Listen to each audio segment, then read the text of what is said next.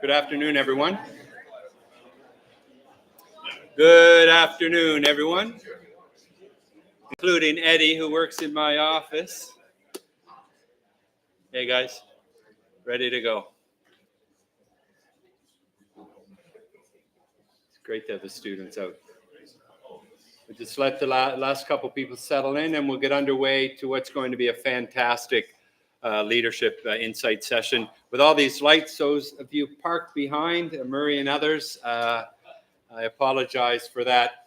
Welcome to the Center of Automotive and Mobility Studies, our inaugural summit. We've had a fantastic morning, and our special guest this afternoon, I'm not going to introduce him, but I do want to honor the fact that we have a great leader and great businessman here in Thomas Dahl, and you'll be introduced. But I did get a note from John Dionis out in Peninsula Subaru, and he wishes he was here as well. So you'll be introduced, but welcome again.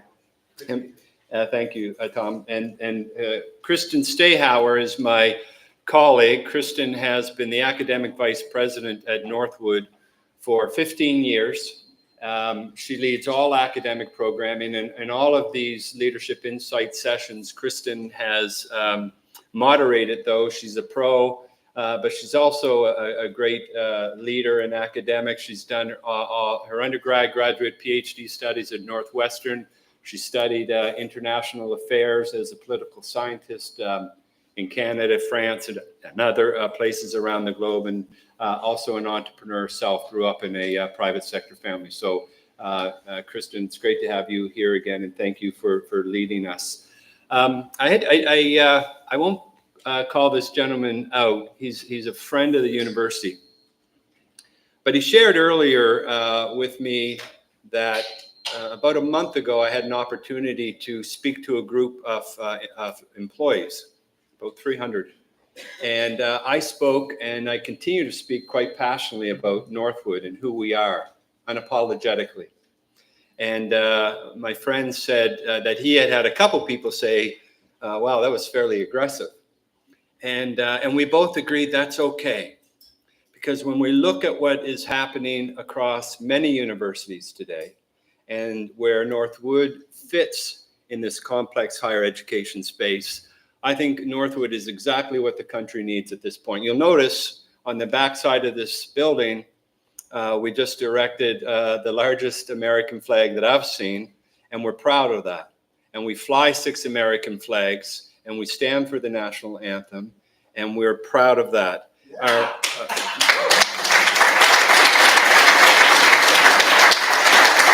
And what fundamentally we are as an institution is America's free enterprise university. And every student will tell you here today that we have something called the Northwood idea, these fundamental values that has made America the greatest democratic republic in the history of the globe. Things like free enterprise, limited government in our life, personal responsibility, something that is one of the great gifts of our graduates when they go out and they do so well. And so I'm okay if some people think that message is a little bit aggressive, because the good news is that we have a great variety of universities across the country, and there's 4,500 others that they can choose from. And so here we are at Northwood, and Dr. Stahauer and I started to have this discussion of how do we have discussions from real leaders. And James Duderstadt was the president at University of Michigan. From 88 to 96. He just passed away on August 23rd, sadly. He was a great university president, and as a higher education nerd, I proudly say that, he wrote a really good book called Leadership from the Helm. What's it like to run these complex universities and from his office? And it had a great influence on me. Kristen and I started to talk about this and say, how can we transfer that into leadership kind of writ large? And that's where Leadership from the Helm, this program started. And we've had great business leaders. Dr. Gad Saad, he has written a great book called The Parasitic Mind. I encourage you to read that. He's our visiting scholar and global ambassador for the Northwood idea. we've had CEOs, but today we have a great leader. And to introduce our special guest, we have another great leader who runs, in my view, grew up in Nova Scotia, Canada. I spent lots of time down in New England. Boston's one of my most favorite cities. But Ernie Bach is the CEO of Subaru of New England. And he is an incredible friend of Northwood. 1 year ago, almost to the day, he gave one of what I thought was the best addresses to a group of students out in Holman Theater, and had them think about what is it that you want to get out of a university, and you have to be thinking of Northwood. And so Ernie is here with his colleague, and I'm only, Jeff, you're not coming up, I understand that, but as a Northwood alum, as the vice president who does a lot of the operational aspects, we're very proud of you, Jeff, as well. And yeah. And so it's really my honor to invite not only a supporter of Northwood, but a good friend and a great business leader and capitalist, Mr. Ernie Bach, to come up and introduce our speaker.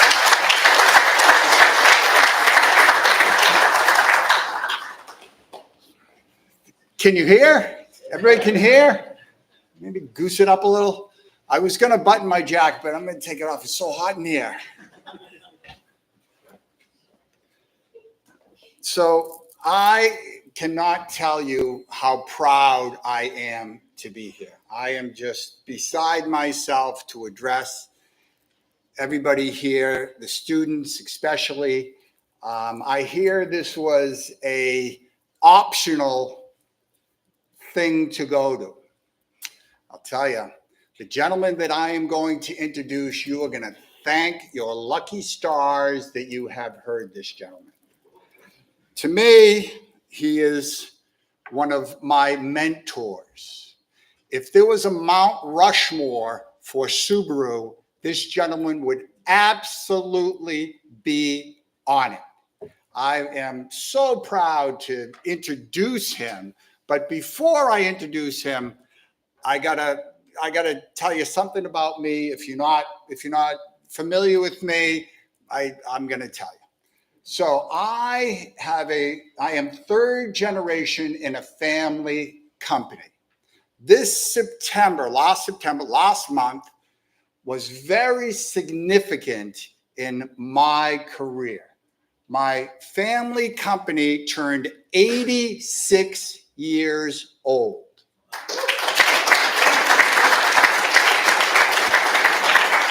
The company that was started by my father in 1971 is over 50 years old and at the top of our game, 50 years later.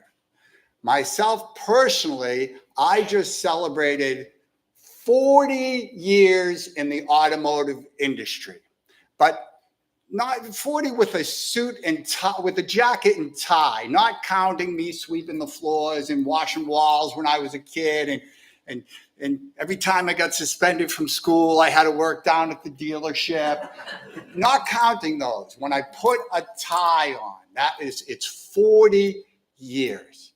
And I have been myself with my team, because let me tell you, if it wasn't for my team, I would not be standing here right now.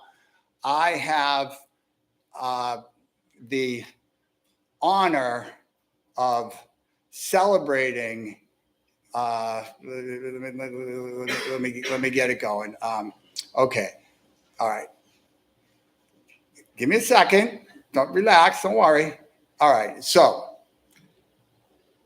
being in the automotive industry is not easy. Being in retail automotive industry is not easy. But I suggest every single person here at some point get into sales in the automotive industry, if indeed the automotive industry is where you want to go. It is a must, an absolute must to be in sales. You can go to any psychology course or anything, the human condition is broken down on the sales force. You will see shit that would just blow your mind. All right. And I got to say that now it's a lot more calm than it used to be. Back when in the 80s and you know, touching a little on the 70s, it was out of control, ridiculous. It's literally what you see in the movies was happening on the showroom floor. But that's all gone. That's all gone. Don't worry about that. You can still learn. Everything is great. The gentleman that I'm going to introduce, I met in the 80s. Casually, not, you know, I was with my father. He was running the company, and I was a little upstart. And I met this gentleman. I didn't have to do business with him, but I met him, and I don't know what it was. When I met him. I said, this guy's got his shit together. I got to watch this guy. This guy's good.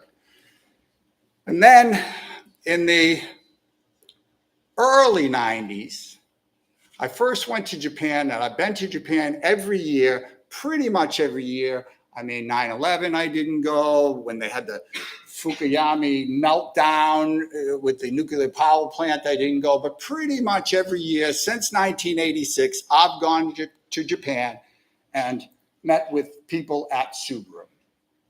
And then in the early 90s, my father used to bring me to tag along.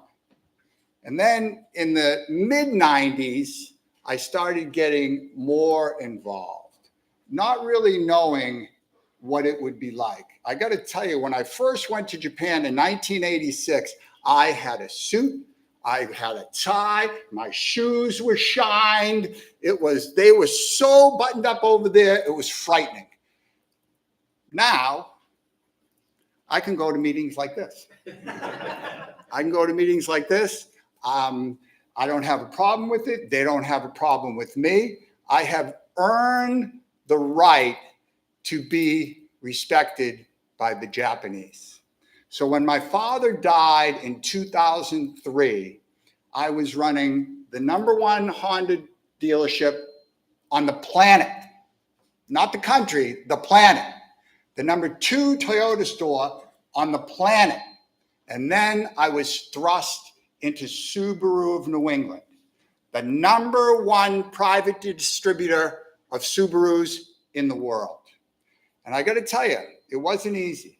I used to think I call him the old man affectionately. When I used to work for the old man, I thought I had the toughest job in the world because he'd be barking orders at me and this and that. I'd be working 12, 14 hours a day. You know how suits have creases? My crease is gone. None of the crease is gone. And then when he died, I realized I had the easiest job in the world because I would meet with him. He would give me the marching orders and I would do it. Then I had to come up with the orders. And at the time, Subaru was not what it is today. We were just getting off of, this gentleman might touch on it, the valley of despair, where sales were just stuck. I remember at one time, I had over 4,000 Subarus unsold at the port. 4,000 unsold. To put that into perspective, since 2008, every Subaru has been sold before it hits land. So we don't carry any inventory. It comes from the boat to the prep to the trucks out. But it wasn't always like that. And the gentleman that I am going to introduce was in there slugging, making it happen. I'm not going to take any of his thunder away, but all the cool stuff that you know about Subaru came from this gentleman.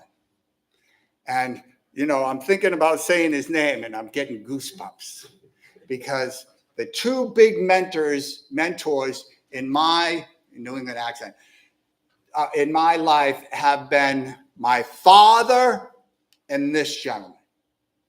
So you heard his name at the beginning of this, and it's not going to be the reaction, which was no reaction. All right. So strap in. Ladies and gentlemen, please welcome the former president and CFO of Subaru of America, Tom Dole.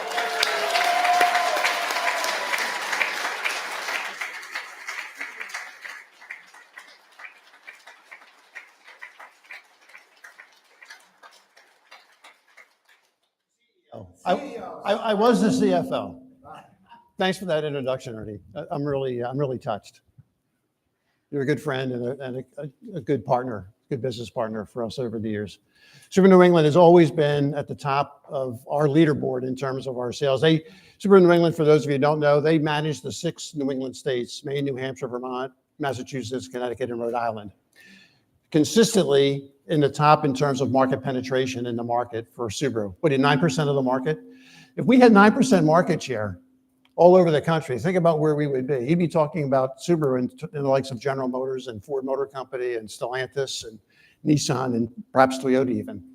But that's the type of job that they do. In fact, some of the things maybe we'll get into a little bit later in market development, we actually copied from Subaru of New England, particularly with how they went to single point Subaru stores, dedicated management, dedicated salespeople, because that's what we had to do in order to turn our business around. So, Ernie, thank you for your leadership over the years. It's been my pleasure to work with you, Jeff, your team. You're a model. Enough about me. All right.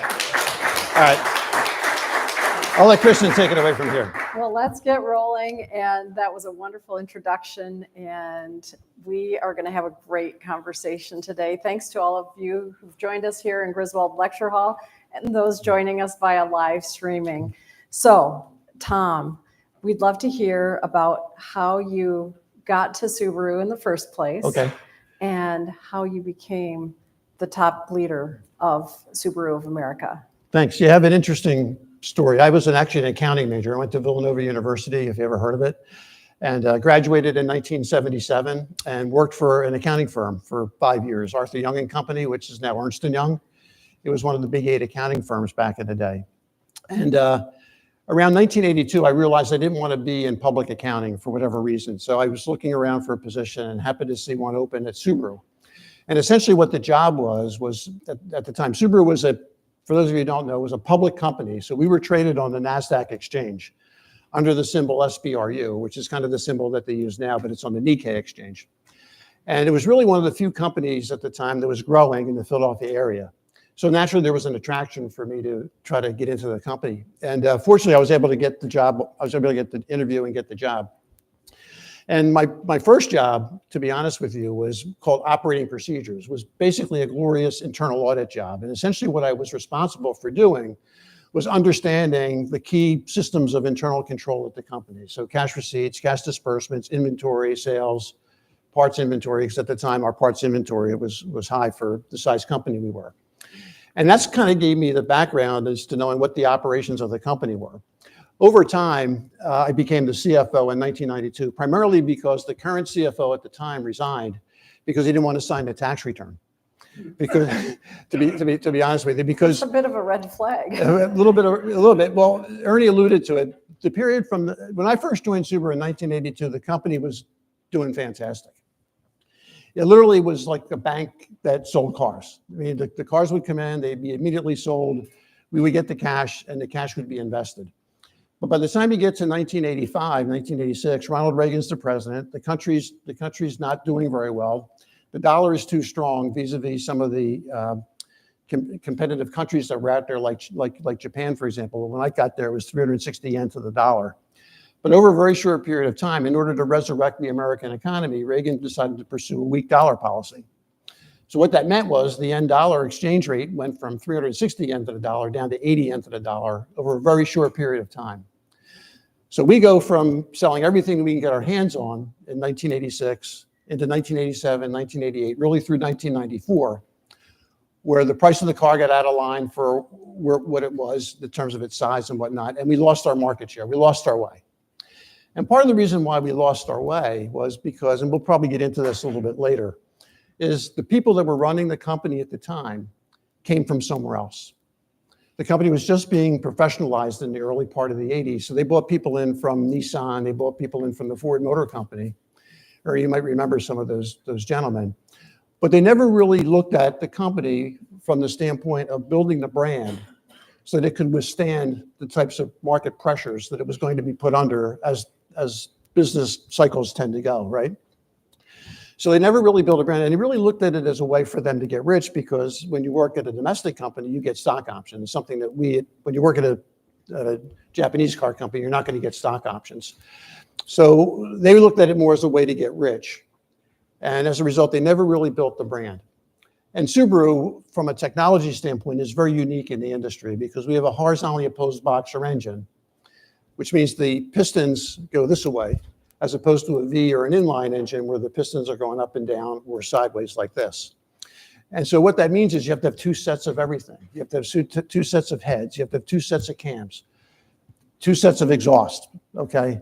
So it's a much more expensive engine to produce and to manufacture. So our margins were a lot smaller than other brands that were out there. So we had to operate on a much thinner margin than everybody else did. And as a result, you know, we lost our way. I mean, from 87 through 94, we damn near went out of business. We were losing, I was telling Kristen last night, at one point we were losing $6 a second. So every second that went by, we're losing $6 a second. And I was the CFO at the time, and I'm arguing with our regional vice presidents. They're arguing about some nonsense. And I'm saying, you know how much money we just lost? You know, if you do the math, think about that. $6 a second, every day, 365 days of the year. That's how much money we were losing. And it wasn't just money we were losing, it was cash flow. Any business will tell you, if business stops today, that's why 9/11, and that's why, you know, the event that just happened with COVID where they shut the economy down, any business, I don't care how capitalized you are, you're only 6 months away from going out of business if business stops. Because what happens? You have no what? Cash. You have no cash flow. Enron went out of business, right? Why did they go out of business? Not because of their earnings. They had no cash flow. So don't believe the numbers that are on the income statement. You want to focus on the numbers that are coming in through your cash flow statement. And that's why retailers are good operators. They understand the importance of cash flow. So that's kind of a little bit about my background. And then I took over the management of the company in 2006. Could you tell us a bit about how that all happened? Was that your goal? No. How did? I was happy. Let me tell you something. I was happy just being the CFO of the company at the time. And a gentleman that Ernie was alluding to, who also belongs on the Mount Rushmore of Subaru, is a guy named Mr. Mori over in Japan. He came to me and said, hey, listen, I think, having worked with you in the past, that you might be able to resurrect our company and take it to the next level. But he said to me, well, why should we give it to you? After he starts to offer me the position, he says, why should I give it to you? And I said, well, I think I know what not to do, which sometimes can be just as important as knowing what to do. Because I had seen what everybody had done. I'd seen the successful years coming out of the late 90s and into the early part of the 2000s. We were successful. I saw what worked. And then I saw what happened after the early part of the 2000s when that key management person left. A sales and marketing guy came into the role, and we went right back to selling just like everybody else. Selling based on price, selling based on low lease payment, selling based on 0% financing. And Subaru, we had a saying at the time, we can't out Honda, we can't out Toyota. But that's exactly what we were trying to do. And we're getting our teeth kicked in, because the scale of the market for us was completely different. So we had to fix all that. And in the beginning, it was hard. You know, I took over in 2006, 2007. It was really hard because I was the bean counter. Remember, I was the financial person. Financial person, you're not supposed to be running this company. Who are you? Even as late as 2013, one of the advertising agency people said, "Well, Tom, you don't know anything about advertising." Get that, you know, you know, because as Ernie alluded to, there wasn't a commercial or an idea that came out of that place that I didn't approve or tell them what to do in a lot of cases. But it was a lot of fun. I'm sure we'll get into a lot of the stories behind some of this stuff as we go through the 2-hour discussion. And you took the helm in 2006. What did you do immediately to get results? Because the clock was ticking with Mori-san. What happened at Subaru? I'm sure a lot of companies were like this. We never really built a culture at our company. It was a very hierarchical company. In that the executives all thought that they were right. They had all the answers. You're an idiot. Just do what I tell you to do.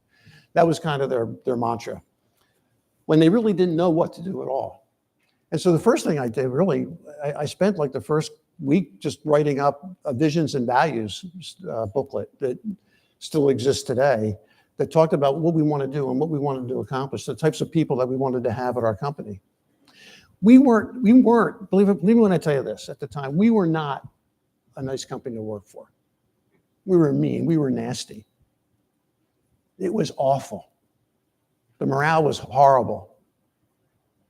But we try to recruit people today who are nice, that want to work with other people. A lot of the things you heard this morning from some of the people that were on the panels discussions. You know, we want people to understand some of the things that you're going to go through when you're living your life. You're going to have family issues, divorces, kids that are on drugs or alcohol abuse. We want to be there to support our employees, because our employees are the number one partner for us. And of course, our retailers are our business partners, and our vendors are our business partners too. And we have to make everybody feel like they're part of it. But we had no culture. Because at the time, the culture really started to come about in probably the late 70s, early part of the 80s, with people like Saul Price from FedMart, Sam Walton. You don't build a company the size of Walmart if you don't have a culture. And he had a very strong business culture. Jim Senegal, the great Jim Senegal from Costco, had the opportunity to spend a lot of time with him over the years. Build a culture. And if you go into a Costco today, you'll see what that culture is all about. It's about focus on who? The customer. That's the only thing that matters. So what we did that, and then we implemented a lot of changes to the advertising and the marketing right away, because we were organized at the time. We were organized around big regional offices. We had 5 big regional offices around the country. And the regional vice presidents, they were all powerful. They had their own accounting departments. They had their own marketing and advertising departments. So it was very difficult for us at the national level to implement any type of consistent marketing or advertising theme. In addition to that, you can never get a hold of a regional vice president. Why? Because they had access to all of the advertising and marketing. They were always on trips somewhere. They were going to Wimbledon, Roland Garros, watching tennis tournaments, going to U.S. Open golf tournaments. This is nuts. This is a company that's dying. This is a company, when I tell you, we almost went out of business 3 times in our lifetime. 1972, 1973, right before the first Arab oil embargo. Second time was in 1991, 1992, when I first met Ernie on that trip, that fateful trip to Japan in 1992 at the Shannon So restaurant at the top of the Century Hyatt Hotel. And the third time, believe it or not, was in 2005, 2006. That's why a CFO got the job, because we needed to watch everything, right? We were just in such dire straits, and of course, it all got fixed very, very quickly, almost immediately. And we worked on the product plan. Right. Also, we introduced new products in 08, 09, and 10 that were the 3rd generation of the Outback, the Forester, and the Impreza line. And then on top of that, in 2011, we bought out the Crosstrek. And so the combination of all of those products really galvanized Subaru and allowed us to grow. But the primary reason why we were able to grow is we built a partnership in a very short period of time with our distributor partners, Subaru of New England, Subaru Distributors Corporation, and with our retailers, and with each other. And we had to fix ourselves first. Believe me when I tell you how bad it was. There's no way we could convince the retailers to come along with us. If we didn't project the type of character and the type of people that we needed to project, because otherwise we just see right through it. It wouldn't have worked. So we had to kind of fix ourselves for it, and that required a lot. Believe me when I tell you, I think there was only one person left in the marketing department by the time we got through. We didn't lay a lot of people off, but we reassigned them back into sales or in the parts where they came from, because they weren't advertising, they weren't marketing people. And unfortunately we had to get rid of a lot of people too. But we had to do what we needed to do, because otherwise we were gonna go out, and that wasn't an option. Only had 3 years to fix it. Yeah, because But in the middle of years, the right? and also in the middle of the 3 years, we had a financial crisis in 08 and 09. And fortunately, because of what we did and the Subaru ad fund that got implemented, and in combination with the new products that started to come in 07 and 08 and 09, we grew right through the financial crisis. That's when we knew we had something. Then right after that, we had the earthquake and tsunami. That Ernie couldn't go to the meeting, and that's because the Fukushima plant. I was over there, by the way, the day after the earthquake. It was awful. Couldn't wait to get back home. There's so many directions we could go, and we have a QR code on the program, and so if you'd like to submit questions, we have a question that is a perfect segue right now, I think. What impact has branding had on Subaru's success? Was the Love campaign influential to your success? Branding is everything. Your brand is who you are. If you're going to describe yourself as a person, who is it? And believe me when I tell you the story about the Love campaign. This is a true story. We had the moniker, "It's what makes Subaru a Subaru." Before we had Love, "It's what makes Subaru a Subaru." But we were debating internally as to, okay, what should be put in front of that? Personally, I liked the word trust. Trust. A lot of meaning in that word trust, right? But before we decided what we were going to do, we said to our advertising agency at the time, we just switched that. By the way, when a new person comes into a company, one of the first things they do is they get rid of the old advertising agency, which is what I did. So we got rid of the old advertising agency, and we bought in a new advertising agency called Carmichael Lynch out of Minneapolis. And there was a gentleman there by the name of John Colasani. And I said to John, let's do some market research and find out what do our customers think of us? So we interviewed our customers. And I think somebody on the panel said this morning, we have to listen. You really should listen to your customers and your business partners, because they will tell you what you need to know. And our customers would say, I love my car. I love it. It gets me here. It gets me there. I don't have to worry about weather conditions. I have this, I can do this. They love their car. So Colasani was pushing for love. That's what makes a Subaru, right? Our CMO at the time, our chief marketing officer, didn't like that, because he said, you can't own an emotion. It's not possible. Anybody can come in and say they love something. You don't love a car. You love a person, you love an animal, but you don't really love it. It's a figure of speech. It's not going to work. So anyway, we go over to we have this meeting, and we go over to the McCormick and Schmidt. Remember the McCormick and Schmidt restaurant was across from the old headquarters building in Camden, in Cherry Hill, New Jersey. And we're there from 6 o'clock at night to probably 2 o'clock in the morning. I was bombed. And I don't know how I got home that night. So I finally said at the end of the night, I said, here's what we're going to do. We're going to try it for a year, and we'll see what happens. And we never changed it. And then what we did is we worked hard with the retailers to make the retailers, because if somebody's going to love it, they got to love everything about it. So they have to love their interaction with the retailer. They've got to love the interaction with the manufacturer. They got to love our interaction with our customer call center. All of these things have to be loved, and we have to show that love back. We have to project it. And then the other thing with the Love campaign, this is another thing, was we implement this in 2008. 2008, remember, September of 2008 was when Lehman Brothers went down. In March, it was Bear Stearns, remember? But the big one was Lehman Brothers. So Lehman goes out in September of 2008.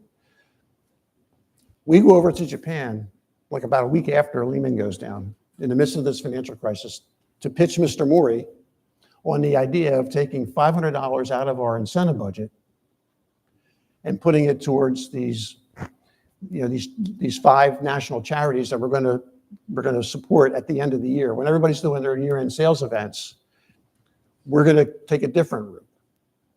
We're not going to advertise low price. We're not going to advertise 0% financing or how cheap you can get the lease payment down. We're not going to do that.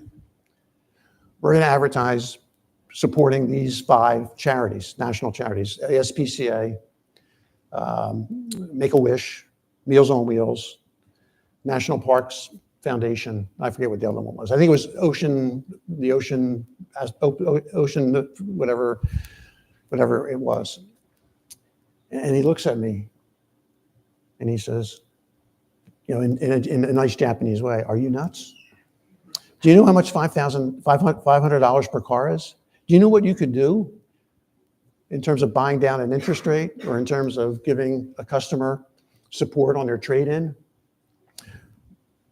Mori-san, if we do that, we're going to be just like everybody else. This is a chance for us to truly demonstrate and separate who we are compared to the competition."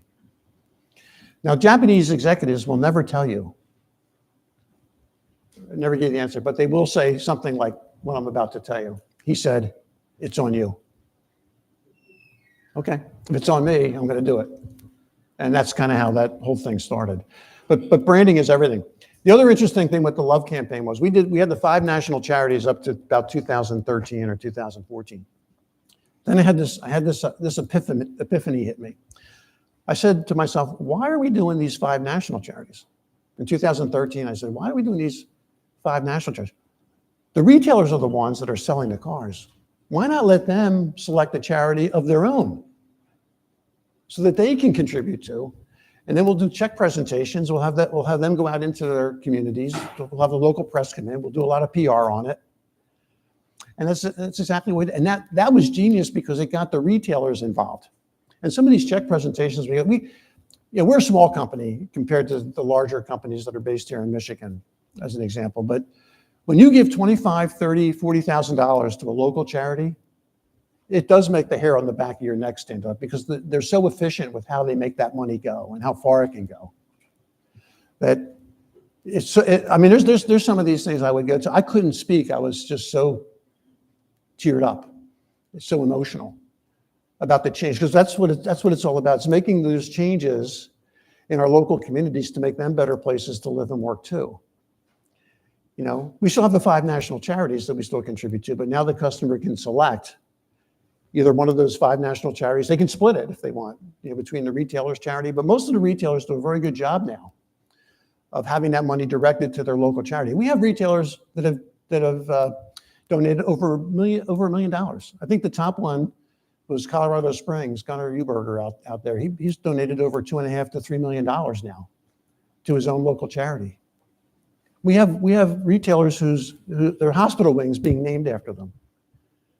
Because every year, as long as we continue this program, that money's going to go into their local charity and help the community. And that's what we're here to do. That really takes embodying the brand to a different level when you're showing it in that kind of tangible way. You have to show it. Rather than just saying it.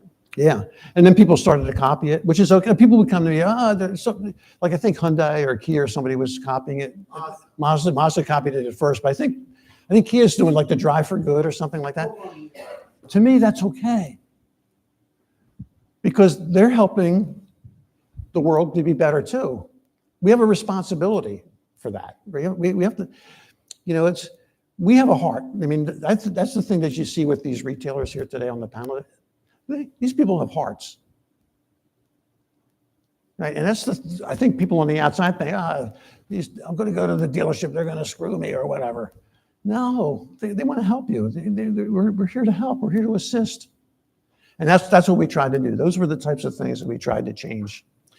And it worked. Our sales went from, as Ernie was alluding to, from 1998 through 2006. It's the best car market ever. Every year the sales were over 16.5, 17 million, 17.4 million vehicles. Subaru was stuck selling 180,000 vehicles a year. What do you think those meetings were like in Japan?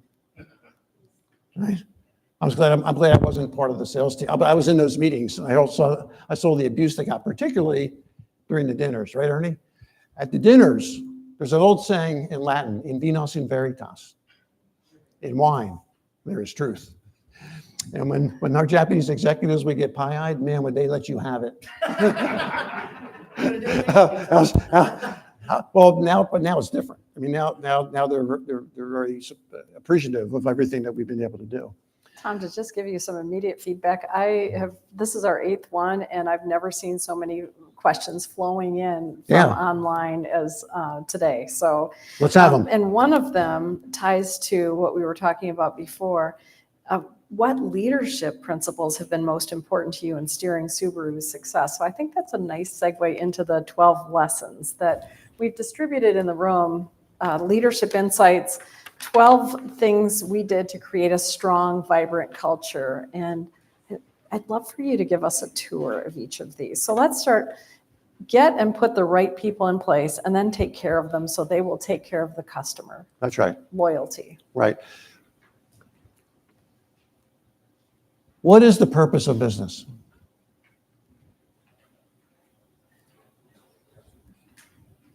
Create and serve customers. To generate a loyal customer. Loyalty is extremely important, right? Because if it's a loyal customer, they appreciate the value that the Subaru products are creating. They'll be more than willing to pay the price. But you can't get to the loyalty that we needed to get to if you're not taking care of your own people, which is what we weren't doing. As I said earlier, we were kind of a nasty organization. And then the other thing is when we did have good people, we micromanaged them. The people that were in charge of a lot of departments, they were what I would call very strategic in their way, right? They didn't set, there's a principle in the military that says freedom within discipline, right? John Wooden actually said this, the legendary basketball coach at UCLA. Here's the concept of what we're trying to accomplish. You're on the ground every day. You're seeing what's happening in the field. Do what you think you need to do, but stay within these parameters of what we're trying to accomplish. But the key is you got to take care of your people so that they take care of the customer. Because it's all about the customer. You have to obsess over the customer and the customer experience, which we can probably get into a little bit later. That's one of the things I thought was missing in some of the discussions this morning about the manufacturer's point of view with the retailers and where we Why think don't we go there right now? Okay, the thing that we were talking about this last night is every 10 or 15 years, one of the manufacturers says, we want to control the retail experience. We think we can do a better job.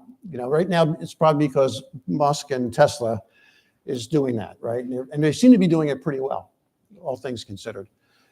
The reason it comes up is because when you're at a manufacturer level and you're trying to develop a brand, it's the retailers, it's too inconsistent because you've got retailers that are down at a different level of the market. We're up at this level of the market to get them to appreciate and understand the strategy that we're trying to implement.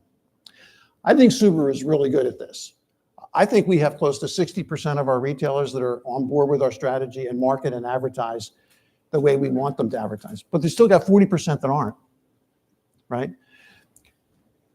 Now, it depends on who those 40% are. If the 40% are smaller retailers, and that's not really going to matter, but you need to get your key retailers in your key markets to represent your franchise well. And that's what I think we do a pretty good job of.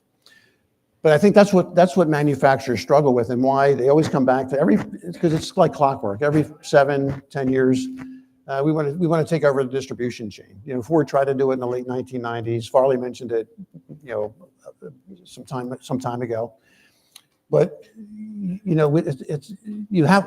we're committed to the retailer organization, the retail model, and it's about us educating. It's about us educating. That threshold too, because you shared a story when we were talking before about how you were with Mr. Mori and you were celebrating the achievement of a new level of sales. Yeah, Mr. Mori retired in 2010. And we're over in Japan. In 2010, we broke through 250,000 sales for the first time. And he says, well, there's two stories here. He says, my goal, my dream was to sell 250,000 vehicles in the United States. And without hesitation across the table, I said to him, Mr. Mori, you need a new dream. And he liked that. He says, what should the new dream be? 500,000. Come by, 500,000. So we all drank up to 500,000. Just 3 years later, we exceeded 500,000, but it was a different president under President Yoshinaga. And Yoshinaga's doing all the complying that night. And I said to President Yoshinaga, I said, we didn't sell those cars. And he looks at me, what do you mean we didn't sell those cars? We sold over 500,000 vehicles in the US market. We sold those cars. No, the retailer sold those cars. And when you look at your business from that perspective, because now you're putting yourself in the position of that retailer, because they're all sold one at a time, right, Ernie?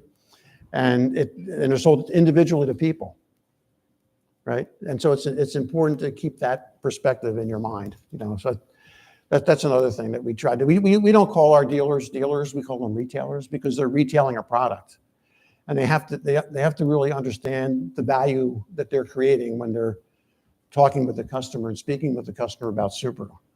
We want them thinking on a high. We want them. Anybody go shopping in a Hermes store or LVMH store, and you see the experience that you have when you go into those stores? That's kind of what we were trying to do, in the context of being in the car business. So it's a great segue to your second lesson. You must set the example of loving your business, and soon everyone or most people will catch the passion. Yeah, they will. It's true. If you can extend that leadership and show that leadership, people today in particular are yearning for it because they don't get it. Everybody's hot. I mean, just look at the half-truths that we see in the press, right, about how things are presented, right? Nobody's telling you the truth anymore. But that's what we're all about: truth and honesty and integrity. That's loving. And the thing for the young people in the audience that I would suggest is, passion is an important thing, and having a dream is an important thing. But as you're younger, like I had no idea. And when I started working at Subaru, I would ever get into this position. I would just say be open to opportunities that are going to come up, because they're going to come up. And you want to be able to put yourself in those positions to be considered for those opportunities when they do arise. So be open to it. Even if it's an assignment that you're going to get that's outside of whatever you're interested in, do it. Get the experience, because it shows that you got a great attitude. And I'll take attitude over anything. Attitude is one of the most important things. Sharing your profits is another one. Yeah, so share your profits with partners, and you talked about how important your retailers are, and what would you add to that? I would say, that because it's really a shared win, isn't it? It's a shared win. Yeah, I mean, sometimes I would get criticized from time to time from some of our colleagues, whether they were in Japan or the United States. Well, we should change. I'm just making it up. Like, for example, when we have floor plan assistance for our retailers, but when our inventories were low, like Ernie was talking about, and the cars are basically pre-sold, why don't you take the floor plan assistance off or lower it by a couple $100? Nah, it's better off, because it shows that we're in this thing together. And honestly speaking, if I can make the retailers profitable and I can get that owner principal to understand what Subaru is doing here and helping them with their business, they're going to be more willing to invest in the franchise. They'll build us the facility that we need. They'll hire the right people. They'll train them the right way. So that's why I always thought it was very important. And it is true. It comes back to, we made more money than we've ever made, for Subaru Corporation by doing this. And then motivate people. Yeah. We at Subaru will tell you, and some of my colleagues are in the back there. I'm looking at them. We had a very healthy, dissatisfaction, I guess, with our performance. So no matter how good we thought we did, we always knew we could do something better or do something different. And if you go back and you look at the history of Subaru over since 2006 or whatever, every year we did something different that we thought was necessary to improve our business. We weren't afraid to try anything. Some things work better than others, but we set high goals, and then we always expected to achieve. When we got them, yeah, we celebrated and had some fun over it. But at the same time, we realized, hey, there's more to it. There's always a next level. There's a thread of communication through all of your lessons as well. You can't communicate enough. I would do like a monthly newsletter. And I remember when I first did it, people said, just do it quarterly. Not much happens in the car industry or business over a monthly basis, but they're wrong. So many things happen. You can tell them about what happened in the previous month. Here's what's going to be happening in the current month. Here's the advertising programs we're running. Here's other things that are happening. Here's what some of the recognition our retailers have gotten, and put it in there and communicate that. And this is really important, I think, because if your partners understand what it is you're doing, the more they understand, the more then they start to care about their business. And once they care, there's no stopping. I got to tell you, if we didn't run out of cars because of COVID and whatnot, there's no question in my mind. By the time we got to 2020, 2021, nationally we probably had 1 million cars. But COVID happened and they shut everything down, and I never expected that to happen. But yeah, You touched on appreciate and recognize earlier. What would you like to add to that? I would just say you've got to recognize the people that brought you to the dance, and in a lot of cases, believe me, money's great. But a lot of times people will do it just for the motivation, just for the attaboy or that girl, and that's, we always try to do that. I mean, we always were trying to appreciate, and that goes in with the celebration. Like we have a company cheer, you know what I mean? Like right, we have a company cheer, and it's a 3-3-7. It's a takeoff of a chant that they do in Japan that we kind of adopted for the United States. And it got to the point where after every meeting, whether it was a sales meeting, a regional meeting, or whatever, we would do the 3-3-7. And if you're lucky, maybe after we're done here, Ernie and Jeff and Scott Farabee in the back and Christian will come up and we'll demonstrate. That sounds like a great idea. We'll demonstrate, but then you're gonna have to participate with us.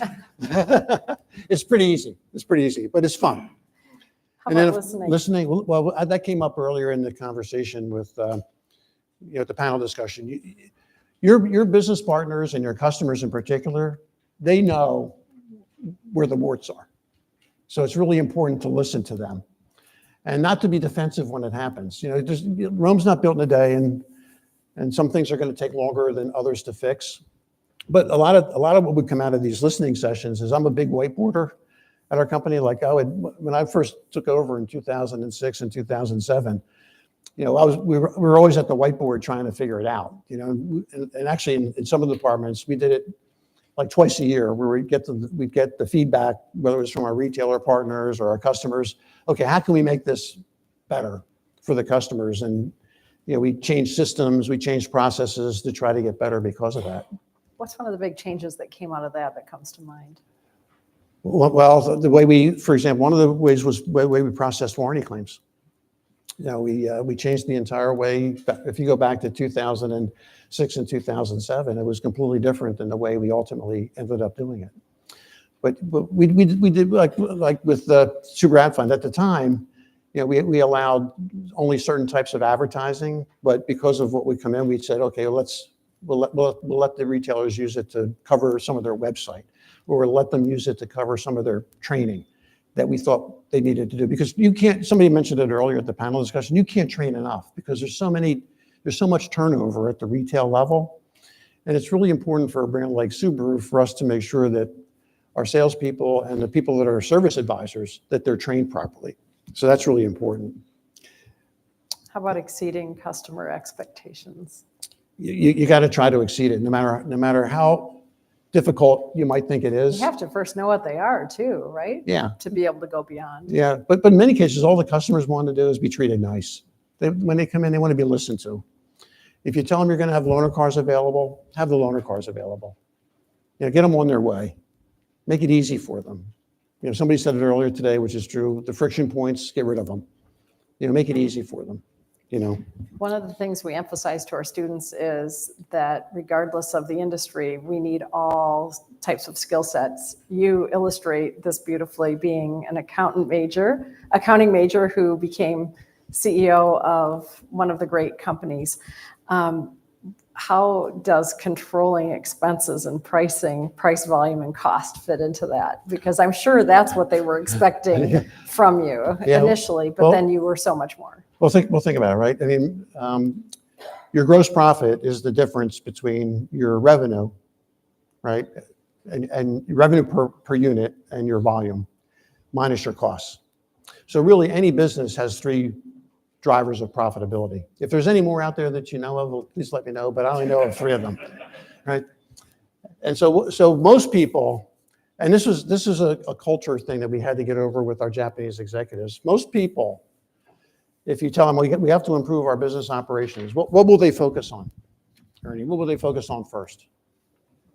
Costs. They go to cost. They want to cut costs, cut people, cut expenses, right? But what if you could focus on volume? What do we need to do to grow the business? Because at the time that I came in, the average Subaru retailer is only selling 330 cars per year. They can't make any profit. They can't invest in people. They can't invest in facilities or systems or processes. We need to get that volume up. How can we redeploy the costs that are going to get us a better return on that investment? So we spend a lot of time on that when I first took over. And the other thing is, that first point is really important, because the way I would explain it to my executive team was that as a business, we had to grow at least 3 to 5% a year. Why? Because costs go up. People want to get salary increases. Healthcare costs go up, right? So you've got to, now, there's ways you can grow the 3 to 5%. It doesn't have to necessarily be volume. Something can be price. And that's an aspect. I could do one of these presentations just on pricing, right? Whole discussion on pricing and how to fix a price and set a price. That's probably for a different day, right? If I asked, this is true story. This is true story. If I asked most people in this audience today, what's better? You're in a market situation like we're in now. The market's only going to be 15.5, 15.7 million vehicles. It's 1 million less than it was back in 2019. It looks like it could be permanent, right? So what's better? Cut my price or let my volume go down? What do you think's better? Let your volume, that's the answer. But salespeople will say, cut the price and keep the volume up. But seldom does it ever happen that you're going to keep the same volume. So what have you done? You've given profit away. And more importantly, you've given cash flow away. So when you're in a situation like this, let the market kind of calm down. That's one of the things. Like I was a seasoned veteran, right? So nothing fazed me. Let the market kind of come down to you. Let it come back, and okay, let's see what we need to do, right? But too often people go to the cost side. They don't go to the volume side or the pricing side. Now, you could argue over the COVID period, some manufacturers went to the pricing side too much. And now they're paying the price for that, right? You were sometimes, like one of the retailers spoke about earlier today during COVID, where a lot of retailers increased the price because they could. And now those customers are coming back to market, and they you can't fit them in. And the other thing is, in our business, everything is about numbers, right? When you get down to it.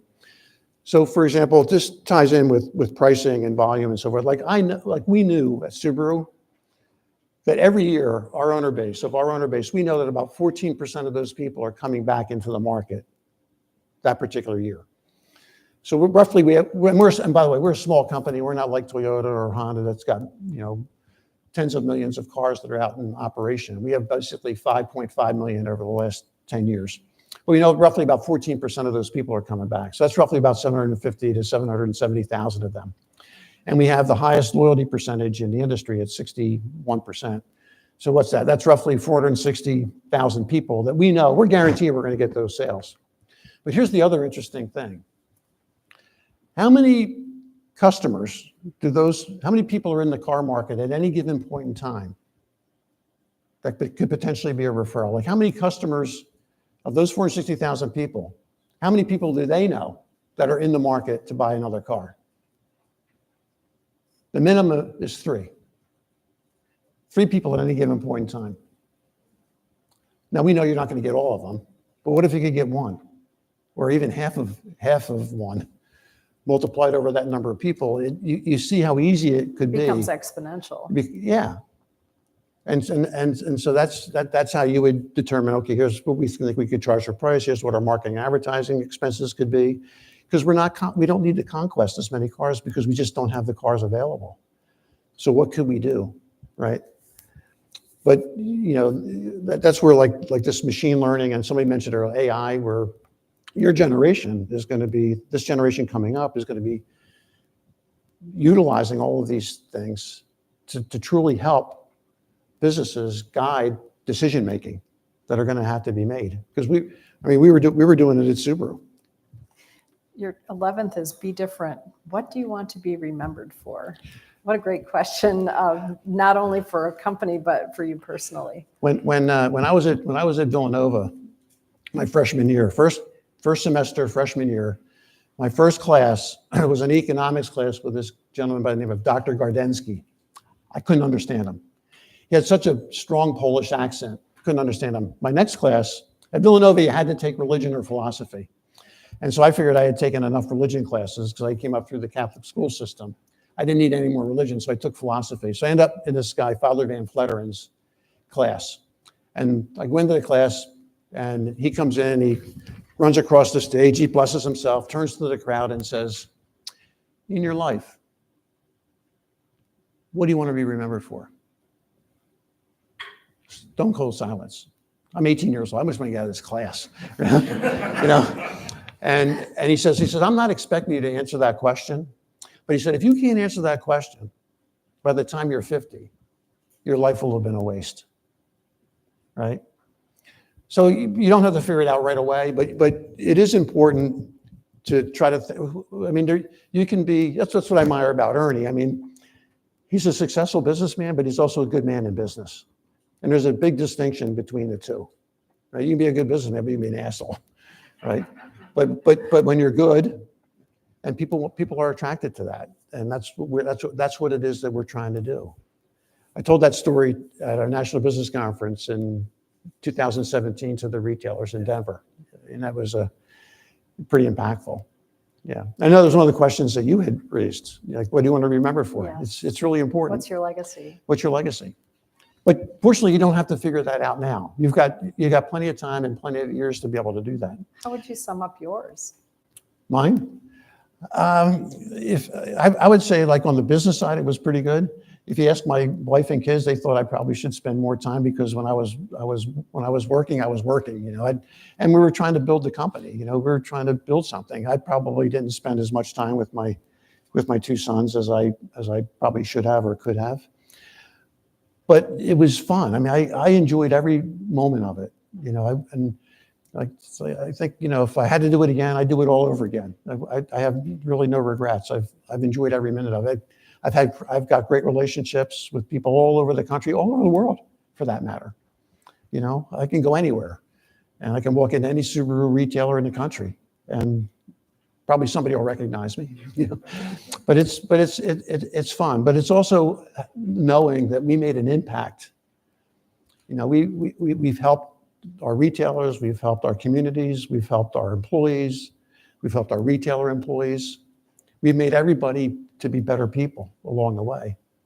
And when we first started this program, I remember a couple of your guys in New England would come up to me, and we rolled this thing out at the National Business Conference in Philadelphia in 2007, 2006. And they said, Tom, this ain't going to work. This isn't how you sell cars. This is stupid. You're going to take us down. Same guys came back when I retired and said, I remember telling you this. And I remember that.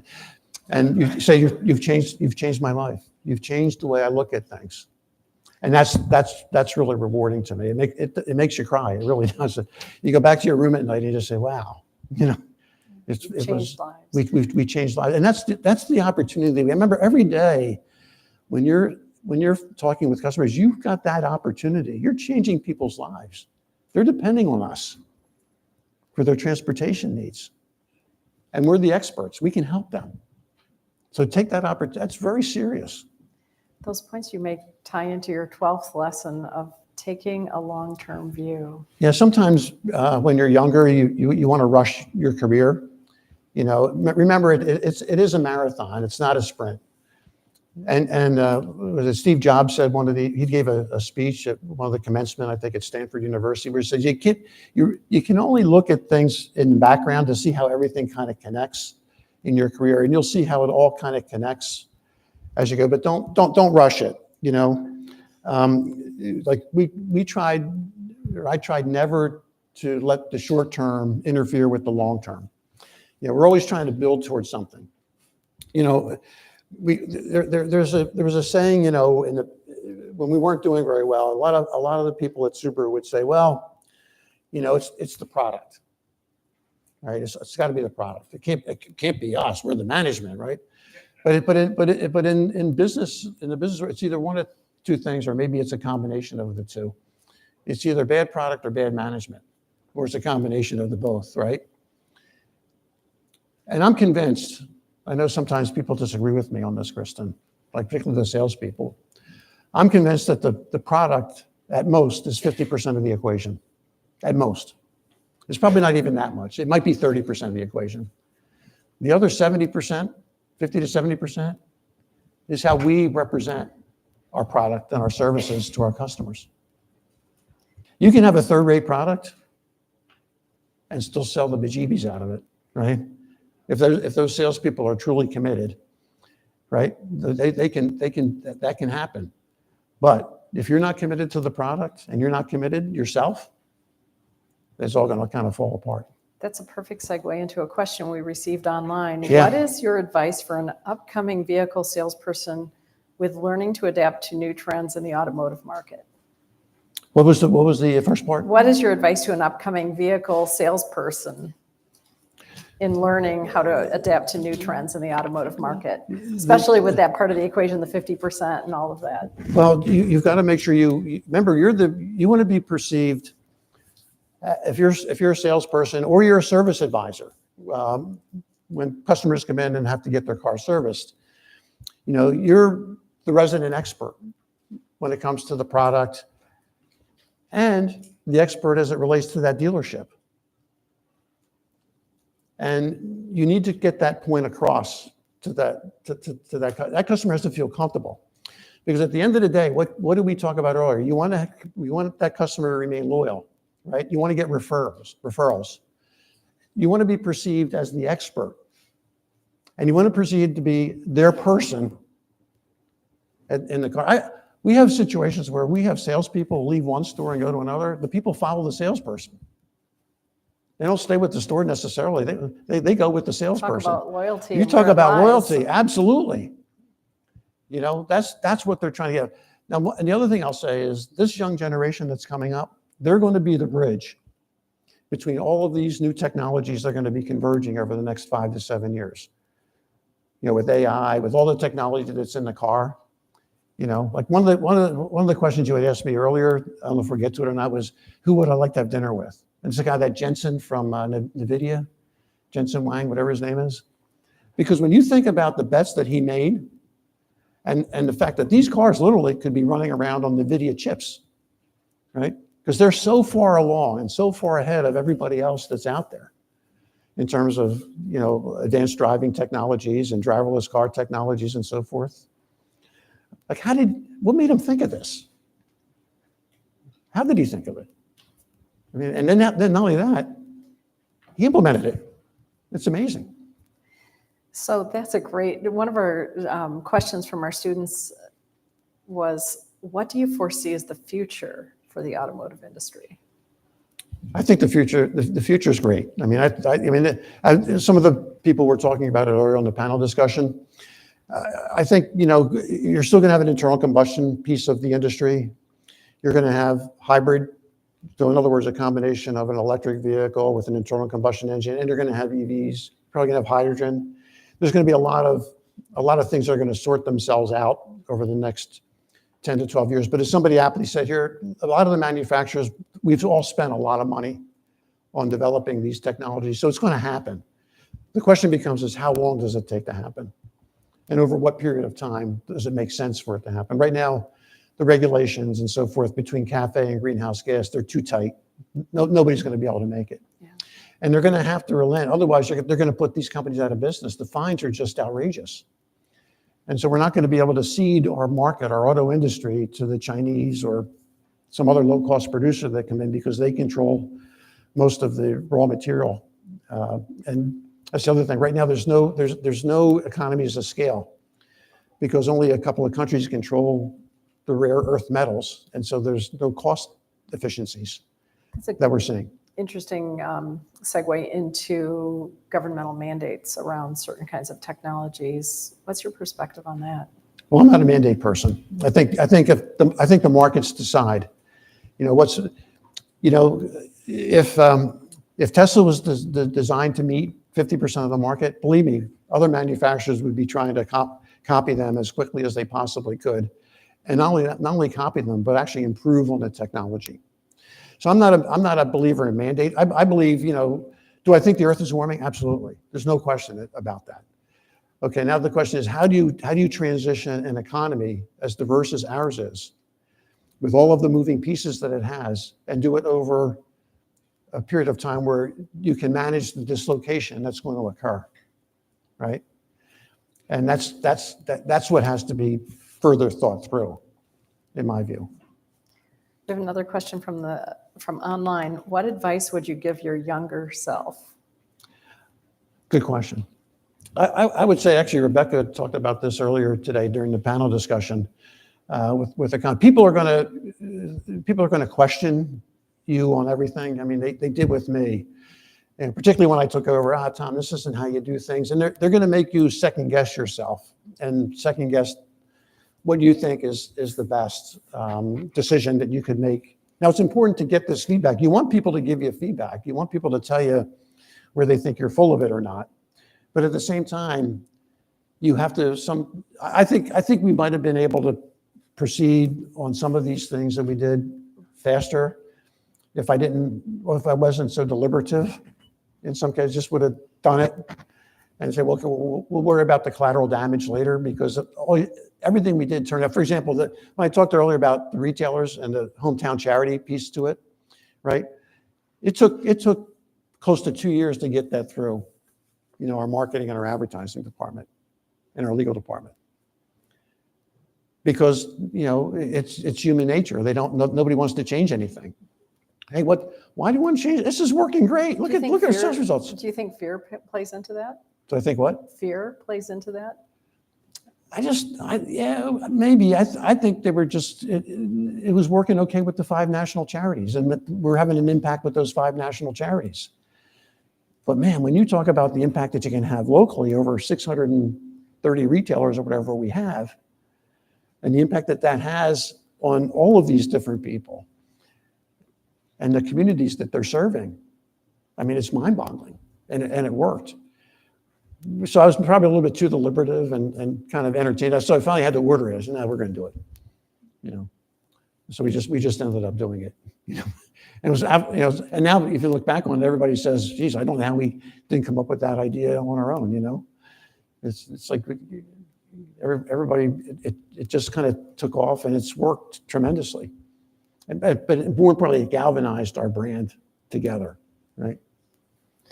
Sounds like many of those 12 lessons in play right there. Oh, yeah. Here's another question from online. What was one of the most impactful moments in your career? Was there ever a time when you turned to a mentor to seek guidance? Oh, really good question. I would say the first part, most impactful, is when I realized in 2012, this was 2012, after the earthquake and tsunami year. That year we sold, I think we sold like 336,000 vehicles that year. That was the year I knew we were onto something, and that we didn't have to worry about survival, and that we could start to think more strategically about our business and where we wanted to place it and where we could see ourselves in the automotive industry. Before that, honestly speaking, I was worried about just surviving. Yeah, we had a long-term vision and a plan, but remember, this is a company that for years just was living hand to mouth. And then the next year in 2014, we did like 424,000 sales, right? And then we were picking up 90,000 sales a year in some of those years. I mean, people, we go to these auto shows and people would come up to you. How are you doing this? Are you reporting fleet? Are you doing a lot of fleet? No, I'm not doing any of this. It's all retail. There's no funny business in any of these numbers, you know? And I would say a mentor, somebody whose advice I respected the most was probably my wife's, because I would come home and I would talk to her about different things, and she would just say, your judgment is good, just do it. You know, just tell these people this is what you're going to do. But you do need to have somebody kind of on the outside. Sounding board. Ernie was a good sounding board. Jeff Rubel there is a good sounding board. Some of the retailers on our advisory board over the years were terrific sounding boards. Right? Because you got to be willing to go the opposite way from the herd. The That herd, ties to your point about listening as Yeah. being so critical. yeah, everybody wants to go over here. Oh, if they're going over there, I'm going to be over here. It's hard to believe, but our time is almost up. Wow. And it flew. And did. we would love to do another session with you, Tom. In closing, the one question: what advice would you give our students? Well- From your vantage point, what you've learned, what piece of advice would you like them to take away from today? That you've got a 40+ working career, if that's what you want it to be. I mean, hopefully you'll become millionaires and you can retire after about 30 years into the business or whatever. But remember, it's all about the experiences that you're getting and the opportunities that are going to come up. And don't limit yourselves really to anything. You know, I wouldn't necessarily put myself on a timetable if I was a younger person. You know, let it kind of, I mean, I never did, you know, and I think I did okay.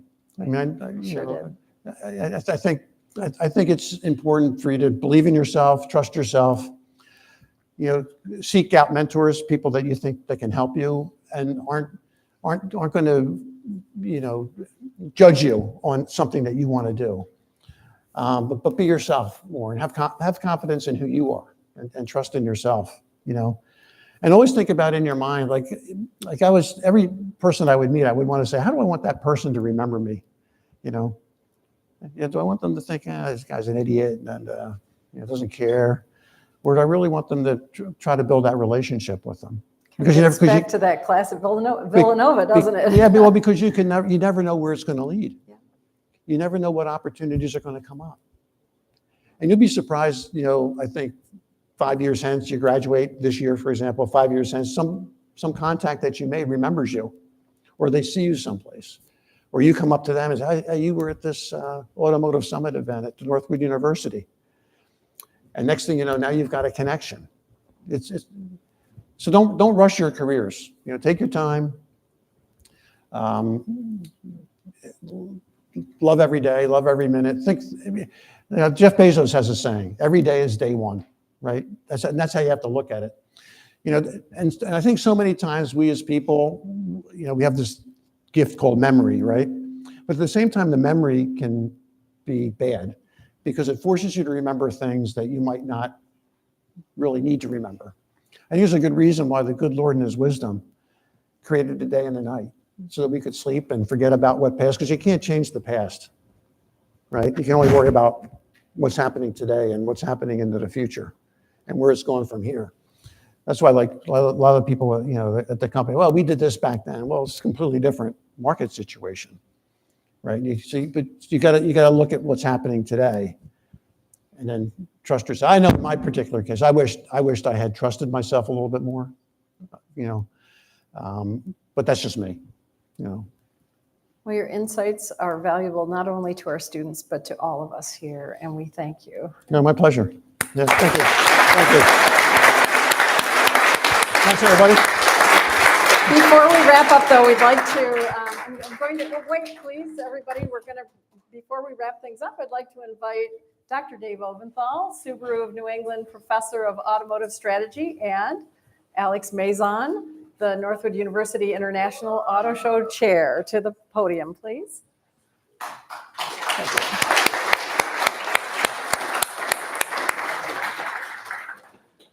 Thank you, Dr. Stahauer, and thank you, Tom. Just an amazing capstone to an incredible day today. I want to thank Ernie and Jeff for being here and welcoming me to the Subaru family. So it's a real honor. A few things that stood out for me today, and you really touched on it also, Tom, was, and Ernie, Jeff, we talked about was long-term brand building.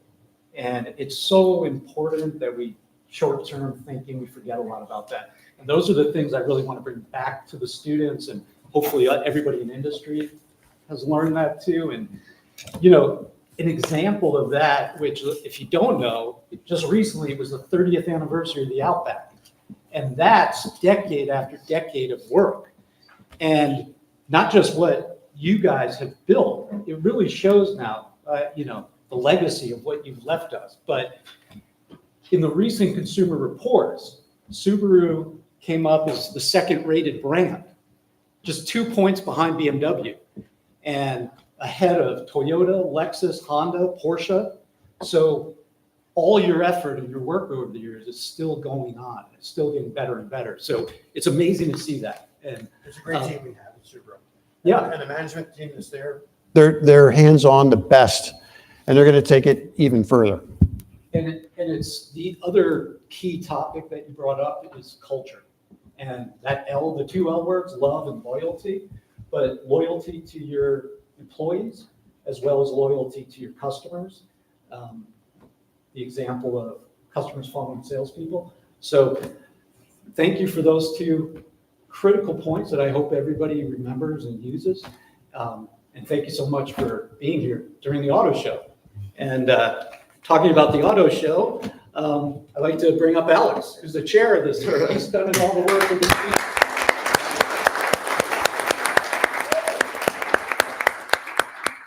Thank you, Doctor. Thank you for being here. Something that I sort of wrote down here, and I was writing down a few things throughout the speech was one of my favorite quotes was freedom with discipline. I think that speaks a lot to what we do here at Northwood University. Another thing that I took away was it's a marathon and not a sprint. That immediately made me reflect on my time here at Northwood University. So this will be my 5th auto show. And for the longest time, it's always been a sprint to the first weekend in October. Like, let's get here, let's go, let's do it. And now that my final first weekend in October is here, it's like, wow, it really is a marathon, not a sprint. I think that is something that each of us could take away from this moment here today with us. And I really appreciate you being here. Thank you, Alex. Thank you again for allowing us all to benefit from your leadership insights.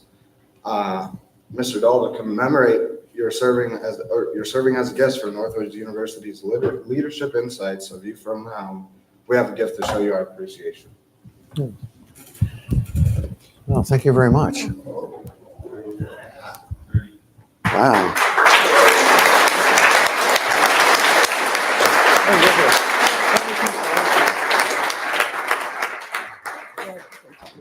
There you go. I'm honored. Me too.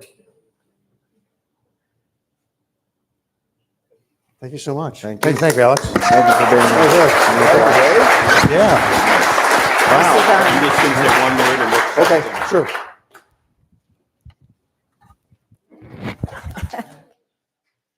Well, thank you, everyone. I'm just going to leave you with 2 things before you go. Number one is, as a university president, the reality is that I'm on the road a lot, and I could disappear for weeks. The efficacy and success of a university comes not from the president, comes from our faculty. And touched on that a little bit, the importance of people, Tom. And in a very public way, I just want to honor Ernie Bach again here today. The fact that Subaru of New England felt so strongly about investing in great faculty to help us hire someone like Dave to come here as New England, the Subaru professor, that is fundamentally what makes a great university great. So Ernie, I just wanted to honor you for that and thank you very much. And for Tom, spoke to Tom earlier. I'll just let you look behind the McDonald curtain. There is a child's park that had to be built, and they needed to raise, I think it was $50,000, having real trouble raising it. Sometimes we don't know what money is anymore. 50,000, that baseball player's making $1 million. We lose track of what money is, and there was no success in getting that built until people just started to talk about the why, the love behind the need for this children's park in a very poor area of the city that we were living in. And when we were able to start to talk about we needed to build this, we don't need the money, the 50,000, just to build a structure. You needed it to allow single mothers to get out of their houses at the end of a day, for children to have exercise, to connect and bond with one another that they might not have otherwise. It was only in having that discussion about building love and community, much like what you've done to move Subaru away from being a low-cost provider to one, as you said, Subaru is built on love and community. It's not lost on me that I thought coming in here that you would be a wonderful connection to Northwood because of some of your success in managing. You talked about no mandates. We're a no mandate university. You talked about redistributing the philanthropy from 5 national things. Let's make it local. That's kind of a small government approach. But I think it was what really struck me, Tom, was this synergy between your belief in people. And I say this, and I'm criticized by saying, I love our students because they are exceptional young people. And any, the noise that we hear on TV and the fear that we don't have this next generation of leaders, it's really easy for me to say, you just need to come spend some time and talk to these folks. So that was a really rich takeaway for me. And I can tell you this on behalf of our faculty, staff, alumni, board of trustees, but in particular students. You are welcome on this campus at any time. We would love to have you back. And it's been a real blessing to have you here. So thank you very much. And we are going to have a fantastic 61st auto show with Alex and his team. So let's celebrate them. So thank you, everybody.